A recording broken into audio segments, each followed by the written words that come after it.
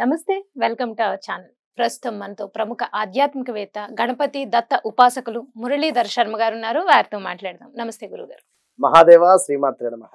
చాలా మంది అనారోగ్య సమస్యలతో బాధపడుతూ ఉంటారు. వాళ్ళు ఫస్ట్ హాస్పిటల్ కి వెళ్తూ ఉంటారు. చాలా హాస్పిటల్స్, చాలా మంది డాక్టర్స్ దగ్గరికి తిరుగుతున్నా సరే వాళ్ళకి ఏం చెప్తారంటే మీకు ఎటువంటి ప్రాబ్లం లేదమ్మా అని చెప్తారండి చాలా మందికి. కానీ ఎందుకని వాళ్ళకి హెల్త్ ప్రాబ్లం అనేది వాళ్ళకి అర్థం కాదు. కానీ వాళ్ళకి తెలుస్తూ ఉంటుంది, నాకు ప్రాబ్లం ఉంది అనేది వాళ్ళకి తెలుస్తూ ఉంటుంది. అటువంటప్పుడు గ్రహ దోషం వల్ల కూడా అనారోగ్య సమస్యలు వస్తాయి అనేది నేను విన్నాను. సో ఎటువంటి గ్రహాలు అనుకూలించకపోతే అనారోగ్య సమస్యలు వస్తాయి, ఆ గ్రహాలు అనుకూలించేటట్లు చేసుకోవాలి అంటే ఎటువంటి పరిహారాలు పాటించాలో చెప్పండి గురుగారు. తప్పకుండా అమ్మా. ఇప్పుడు కొందరికి 6వ ఇంటిలో శుక్రుడు ఉంటే భృక్షట్కార దోషము అని చెప్పి ఉంటుంది. సో దీనివల్ల శుక్ర రాహువులు కలిసి ఉన్న లేదా శుక్రుడు ఉన్నప్పటికీ కూడా కొంత వారి పర్సనల్ లైఫ్కు సంబంధించినటువంటి కొన్ని హెల్త్ రిలేటెడ్ ఇబ్బందులు ఉండేటువంటి పరిస్థితి ఉంటుంది. సో అంటే మ్యారిటికల్ లైఫ్ కావచ్చును, భార్యాభర్తలకు సంబంధించినటువంటి అనుబంధం కావచ్చును, ఇలా కొన్ని.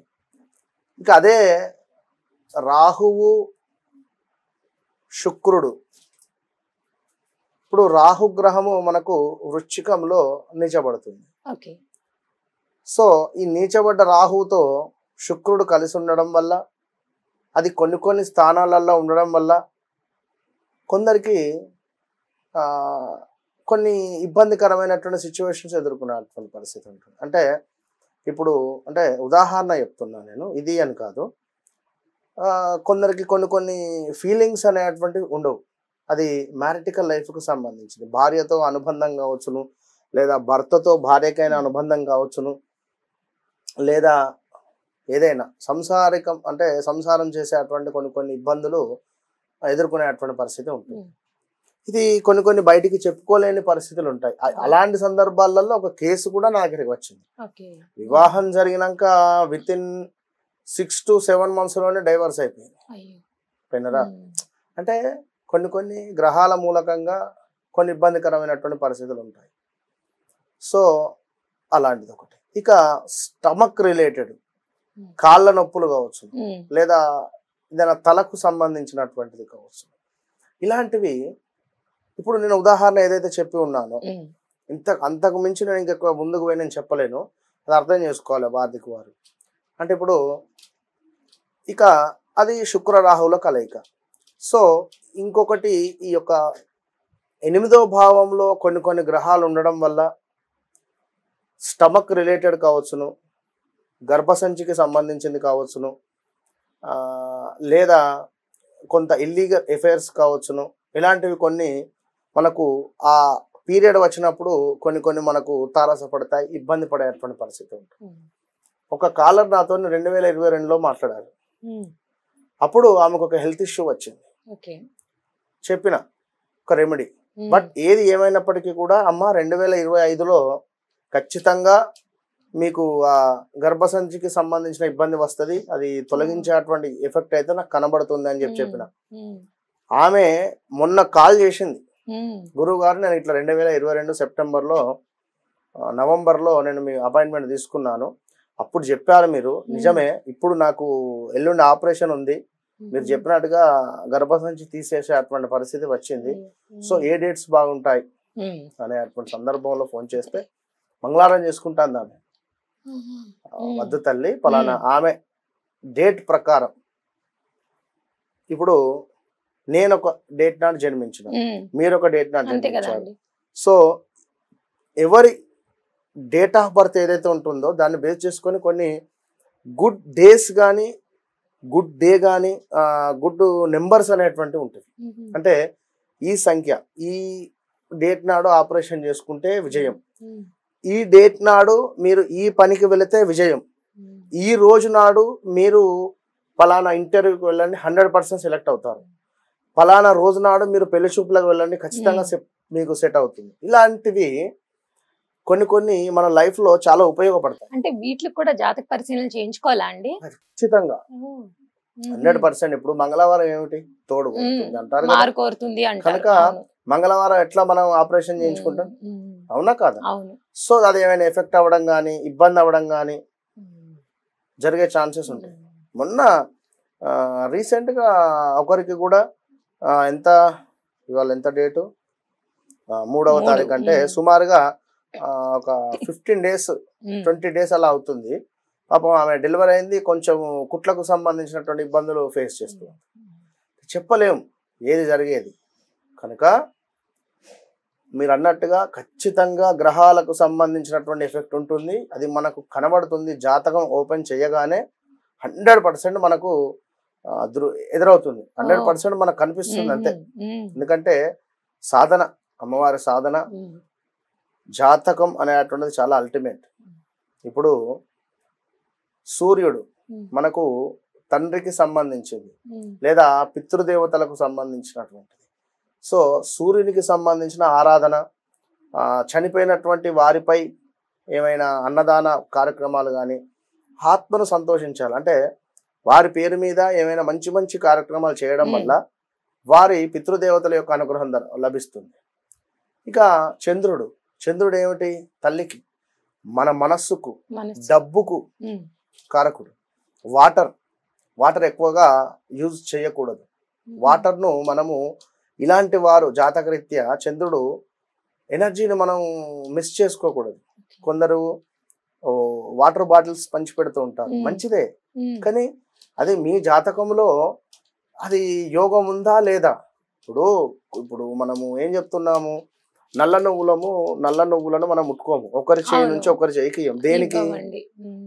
శనికి సంకేతం కాబట్టి నా నువ్వులు ఒకరి చేతి నుండి ఒకరికి ఇచ్చుకోము. సో అక్కడికే మీరు ఆగిపోయారు. నేను అనే పాయింట్ ఏంటంటే మీరు అక్కడ వరకే మీరు చూశారు, మీరు అక్కడ వరకే ఆగిపోయారు. సో నేను నాలెడ్జ్ ఇవ్వలేనుగా. అంటే ఉదాహరణ చెప్తున్నా. నల్ల నువ్వులు వాడు తయారు చేసేవాడు ఎట్లా తయారు చేస్తున్నాడు, వాడు అమ్మేవాడు ఎట్లా అమ్ముతున్నాడు, ప్యాక్ చేసేవాడు ఎట్లా ప్యాక్ చేస్తున్నాడు, మీ దగ్గరికి వచ్చేసరికి మీ చేతి నుండి నా చేతికి ఇవ్వండి అంటే ఈ శని నాకు చుట్టుకుంటుంది అని చెప్పి భయపడుతుంది. అంతే కదండి, భయపడతారు. విన్నరా? అనేది అదే, మీరు అక్కడే ఆగిపోయారంటున్నా. మరి అదే మనీకి చంద్రుడు కారకుడు, లక్ష్మీదేవి కూడా, శుక్రుడు కూడా. బట్ జాతకంలో 2లో చంద్రుడు ఉంటే వీరు ఎక్కువగా వాటర్ బాటిల్స్ కానీ వాటర్ను ఎక్కువగా యూజ్ చేసిన, ఈ వాటర్ రిలేటెడ్ ఏమైనా వీరు అనవసరంగా యూజ్ చేసినా కూడా దీనికి సంబంధించినటువంటి ఇబ్బంది మనకు ఎదురవుతుంది కదా. ఇప్పుడు శనైశ్వరునికి సంబంధించింది మీరు నల్ల నువ్వులు అంటున్నారు. నేను చెప్పేది బియ్యం కానీ ఈ వాటర్ కానీ ఇలాంటివి కొన్ని ఉంటవి. సో ల్యాండ్ ఉన్నప్పటికీ మనం యూజ్ చేసుకోకుండా ఉన్నా అందులో మన ఇంట్లో ఉండేటువంటి చెట్లకైనా కనీసం నీరు పోస్తూ ఉండాలి, కుజునికి సంబంధించింది. ఉదాహరణ చెప్తున్నా నేను. ఇక కరెంటు అనేటువంటిది ఇప్పుడు మనం 4 రూములు ఉన్నవి, డబుల్ బెడ్రూమ్. ఇందులో మనం ఒక బెడ్రూమ్ లో ఉన్నాం, ఇంకో బెడ్రూమ్ లో ఊరికే ఫ్యాన్ తిరుగుతుంది, ఊరికే లైట్ వెలుగుతుంది. సో దానికి సంబంధించి ఊరికే ఉంది కదా, రాహు ఇంపాక్ట్ అది మనకు ఇబ్బందికరంగా ఉంటుంది. సో కరెంటును కూడా మనం పొదుపుగా వాడుకోవాలి. విన్నారా? ప్రతిదీ గ్రహరీత్యా. దానివల్ల ఏమవుతుంది, ఈ రాహు మన జాతకంలో ఎక్కడున్నాడు, ఏ భావంలో ఉన్నాడు, దానికి సంబంధించిన ఎనర్జీ అనేది లాస్ అవుతుంది మనకు. అది ఖచ్చితంగా ఎవరు నమ్మినా, నేను మాట్లాడుతున్నా అన్నా మీతోటి, మీరు నాతో మాట్లాడుతున్నాను అన్నా, ప్రతిదీ గ్రహాల మీదనే ఇంపాక్ట్ అయి ఉంటుంది. ఇది నమ్మిన వారికి, అర్థమైనటువంటి వారికి అర్థమవుతుంది. సో మీరు నేను ఇది అని నేను చెప్పాల్సిన అవసరం లేదు. నేను మీకు ఖచ్చితంగా అని నేను అంటే ఎట్లా అంటే నేను ఇది అని ప్రూవ్ చేసుకోవాల్సిన అవసరం కూడా లేదు.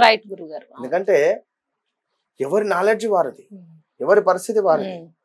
సో ఇప్పుడు శుక్రుడు భార్యను ప్రేమగా చూసుకోవాలని అంటున్నాం.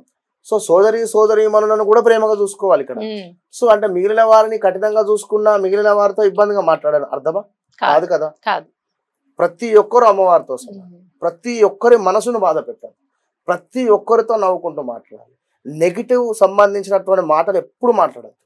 నెగిటివ్ నాకు ఇంతే, జీతం వచ్చింది అయిపోతుంది, ఎప్పుడు హాస్పిటల్కి వెళ్ళడమే, ఎప్పుడు గోళీలు తీసుకోవడమే, ఎప్పుడు కాళ్ళ నొప్పులే, మాకెప్పుడూ మంచిగా లేదు, నేను ఆత్మహత్య చేసుకోవాలనిపిస్తుంది, ఎంత ట్రై చేసినా పైసలు వస్తలేవు, అసలు ఏంది ఇది నా జీవితం, అరే దగ్గర దాకా వచ్చి మిస్ అవుతుంది, ఎందుకు ఇవన్నీ మాటలు మాట్లాడితే ఏం జరుగుతుంది, మీ మనసు తృప్తి అవుతుందా? కాదు కదా. అవ్వదు కదా అండి.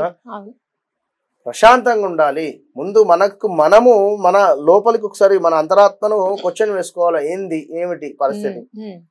ఇప్పుడు ఆరోగ్యం బాగాలేకపోతే మంచి డాక్టర్ని ఎట్లయితే కలుస్తున్నామో అదే విధంగా మంచి ఆస్ట్రాలజర్ను మంచి సబ్జెక్ట్ ఉండేటువంటి వారిని కలవాలి. విన్నరా, ఇవాళ రేపు అందరూ మాట్లాడుతున్నారు, మాట్లాడతలేరు అని కాదు, సబ్జెక్ట్ అనేటువంటిది ముఖ్యం. అక్కడ ఎవరి చార్ట్ చూసినా, నేను ఎవరి చార్ట్ చూసినా కూడా ముందు వారి జీవితంలో నడిచినటువంటి సంఘటనలు నేను చెప్పిన తర్వాతనే వాడిని అడుగుతా, ఏం కావాలా మీకు, ప్రశ్న ఏందని. ఊరికే నేను ఏంది మీకు పరిస్థితి ఏమిటని అడిగేసరికి నాకు బాగాలేదు, మనీ రిలేటెడ్ ఇష్యూస్ ఉన్నాయి, ఓకే, వారు చెప్పిందే మళ్ళీ నేను తిరిగి నా వర్షన్ నేను చెప్తే ఎందుకు? అంతే కదా అండి. ఫస్ట్ నేను ఇది అని వాళ్ళ మనసులో నేను కనెక్ట్ కావాలి. సో ఈ ఇయర్ లో ఇది జరిగిందా, జరిగింది. ఈ టైంలో మీ చెల్లెకి ఇట్లా అయిందా, ఈ టైంలో మీ అన్నయ్య గారికి ఇట్లా అయిందా, ఓకే అయింది, నిజమే గురువు గారు అన్నాక మీకు ఇప్పుడు ఏం కావాలి, మీరు నన్ను ఎందుకు అప్రోచ్ అయ్యారు, విషయం ఏమిటి, అర్థమైందా? అట్లాంటి పరిస్థితులలో మనం వారికి కనెక్ట్ అవుతాం.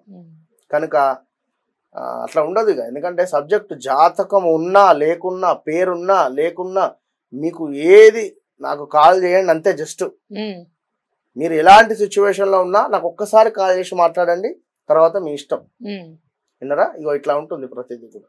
రైట్ అండి. అనారోగ్య సమస్యలకి గ్రహాలు కూడా కారణం అవుతాయి. ఒకసారి జాతక పరిశీలన చేయించుకుని ఏ గ్రహాలు బాలేదు అనే దానికి మీరు చెప్పే రెమెడీస్ ఫాలో అయితే కనుక అదే ఇవన్నీ చెప్పా.